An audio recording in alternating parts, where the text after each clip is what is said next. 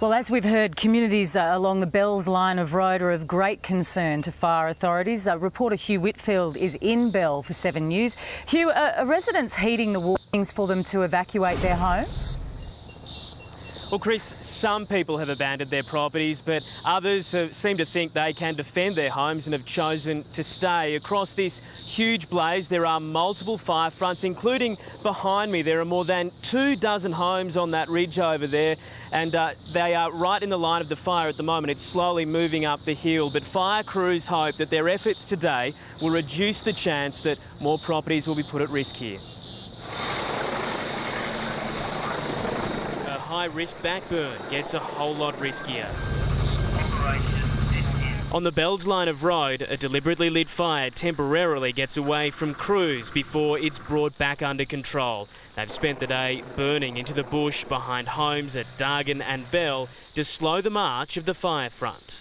Bit stressed, but the wife's really stressed. We've sent her away. Even after losing an arm in an industrial accident, Dave Wilper was doing all he could today to protect everything he owns with help from volunteer fireys. I wouldn't do that for quids. It's a hard job. Yeah. You walk within a couple of metres of that fire and you feel the skin on your face start to burn. It's not just the flames, but the smoke, the mountains choking beneath a thick blanket. Crews have arrived from as far away as Victoria to help fight the blaze that now stretches from Lithgow to Bilpin, nearly 43,000 hectares. It's been burning east since last week, but it's feared a wind change could send a massive 30-kilometre fire front south towards larger communities on the Great Western Highway. The ground is so dry, it's scary, haven't seen this for a long time. The main weapon is water bombing choppers and backburning. What we're doing is we're just burning back into the fire front to make sure that it doesn't jump over here and get into the rail corridor again. They're protecting the power supply and preparing for 2 separate fires to merge. Yeah, mate, you're the man on the ground, so you make it work. The main fire front is about 50 metres down the hill. It's from Mount Victoria, and crews actually want it to meet up with the state mine fire near Bell, while the conditions are a little bit more favourable and they can keep it somewhat under control. The more that we can sit this down even just today, before we get the winds on Wednesday, it's the winds that actually get you. The winds are the things that actually pick a fire up and throw it across the mountains. In Bell, Hugh Whitfield, 7 News. Let's check in now with what the fire's doing in Springwood right now and go to Sally Bowery, who's in the 7 News chopper right over the top of it. How's it looking, Sal? Yeah, Chris, at the moment the visibility is incredibly poor up here, but we're just currently sitting to the east of it at the moment. We can see just a flake of fire just burning at this stage. Now the terrain from up here, you can really see what the firefighters are working against. It's incredibly rocky, steep terrain.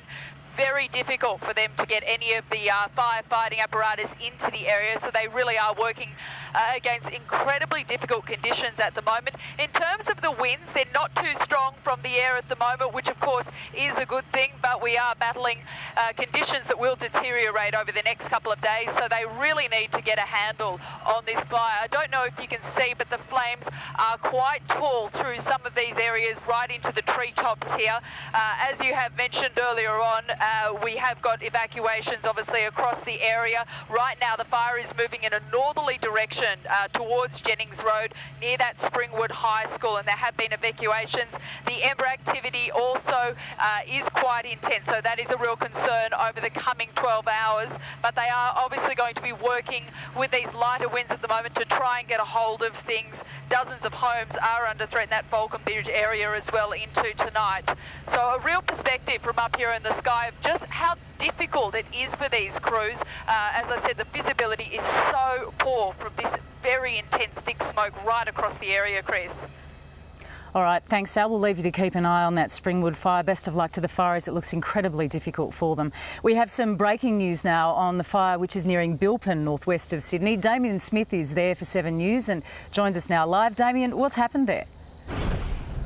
Chris, rural fire service crews here are moving into property protection mode as the fire front starts to move quite rapidly towards the township of Bilpin. Now, further containment burns, we're told, are having to be put off as the RFS and the New South Wales Fire and Rescue teams try to protect some houses that are under threat.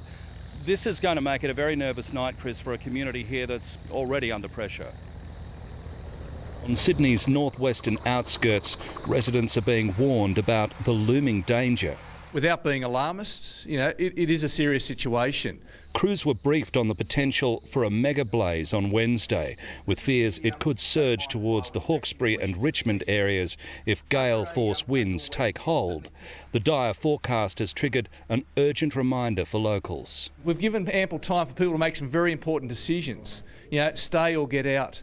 Those living in the centre of Bilpin are being told they can stay, but could be isolated and without power for several days if they do.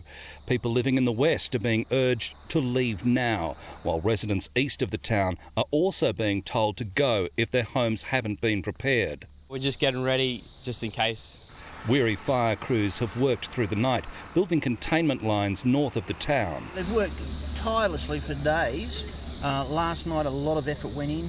Moments later, all units are to cease operations down in the Bowen Trail and move back to Bilpin staging area.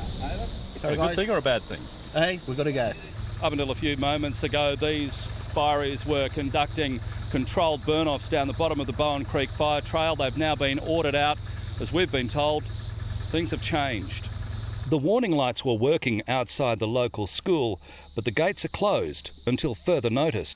Orchardist John Galbraith is doing what he can to prepare his property. I'm not confident about them if we get strong wind from the north, which is what they're predicting. Fire breaks are being reinforced with bulldozers. We've been ready for 20 years, since the last fire. Pumps, sprinklers and a tank on a ute make him confident his house is safe. While back-burning and firefighting operations have eased the threat to Bilpin today, authorities are still very concerned about what happens when the weather goes wild on Wednesday. Damien Smith, 7